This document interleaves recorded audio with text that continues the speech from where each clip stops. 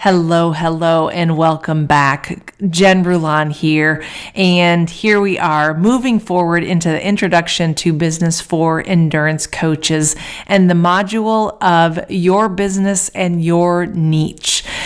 In this lesson, you're going to learn about your core values and the core values that you use for your business. In this lesson, you're going to discover why you should establish core values, discovering the right words for your core values, and last but not least, how to break down your core values for your business. Once again, if you've been coaching for quite some time, then maybe you have to go back to your core values, relook at them, always go back to the basics. If you're just starting out, perfect. We're going to dive deep on how to get those core values moving in your business. It's not hard to make decisions when you know what your values are. Roy Disney, the co-founder of Walt Disney. Step 1. Why establish core values? Core values are rules and boundaries that define your business and personality. I think it's really important. Let's say, for example, if family is in your core value and all of a sudden an athlete reaches out to you around, 8 o'clock at night, but you're spending time with your family, there you go. That's boundaries. That's your core value. That's a really quick example. We'll talk more later. Core values are your principles, your brand and voice, and what you stand for with your clients and potentially employees or contract workers or other coaches that you may have underneath your brand or your business. It provides a final should or shouldn't test for all decisions based on your coaching business. So if family plays a huge role in your business and your brand, then you shouldn't respond to that athlete at 8 p.m. because you are spending time with family. You should respond to them at 7 o'clock in the morning when the family is still asleep. Or that's just an example. And then ask yourself, what do you stand for? What do you as a human stand for in that core value? And then what does your company stand for? It may be very similar. There might be a little bit of difference, but you're going to see it when you write it out. Once again, you got to ask yourself, how are you going to differ from the competition? There's a lot of companies, a lot of endurance companies out there. How are you going to stand out from the rest? What core values do you resonate with? And what core values will your athletes resonate with? And then do they agree with each other? Step 2, discovering the right words for your core values. So find your core values is really, truly a discovery process. They need to be genuine. The more concise your values are, the better. So if your values is super important when it comes to family, health, and faith, maybe you shut down on Sundays because you are going to spend time with family at church. Does that make sense? So the more concise your values are, the better it's going to be for your brand and your business. Remember, core values are going to grow with time. I don't want you to write down 5 words and call it a day. For example, maybe that first core value, I'm going to go back to family. Maybe family's super important, but then maybe 2 months down the road, after you have a couple athletes in there, maybe you start realizing, okay, my faith is really important too. So I have to be really mindful between 7 a.m. and 12 a.m. on a Sunday that somebody might be racing, somebody might be going to church. So you have to figure out what core values are important, and you're going to learn more as you gain more traction and more athletes as well. So here's a really good example for Zappos, and they have a core value poster, and look how insightful it is. And there's a lot of values in there: weirdness, positive, fun, deliver, drive, learning, wow, positive, humble. So you're going to see it's very similar, the same, but you'll see communication, but you see positive in different parts of this poster. So I really like how Zappos does a really nice job of plain, simple, here we are. And step 3, how to break down your core values for your business. They should be short, memorable, and recitable off the top of your head. So go back to Zappos example.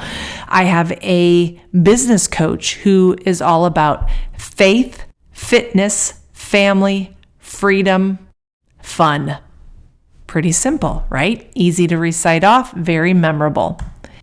Your core values are written in an easy to understand language. Once again, go back to Zappos. Write them as actions, practical, not theoretical.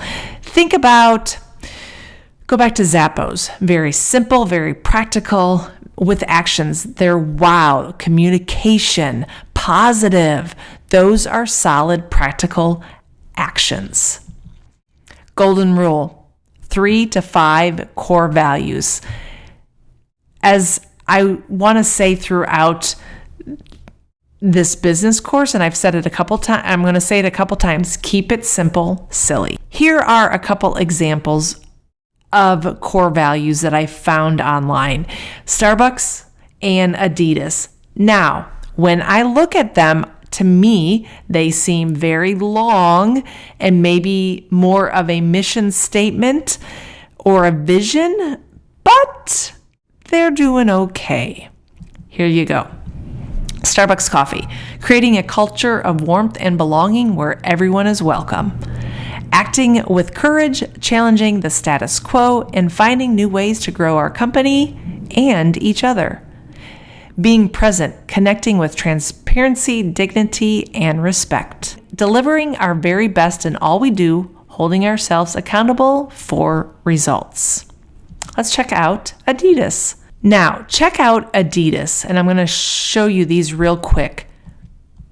I like how they have performance, passion, integrity, diversity, but then they explain what each of those mean. So for example, passion. Passion is at the heart of our company. We are continuously moving forward, innovating, and improving. Integrity. We are honest, open, ethical, and fair. People trust us to adhere to our word. Like I said, I really like how they do that. Performance, passion, integrity, diversity, and then explain what that means to Adidas. So there's a couple ways you can look at your core values. So let's recap why core values are important, why you should establish those core values. Remember,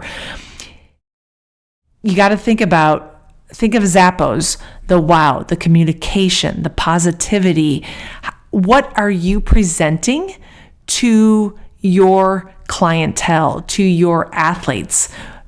Establish those core values because it's going to be easier if they resonate to your core values.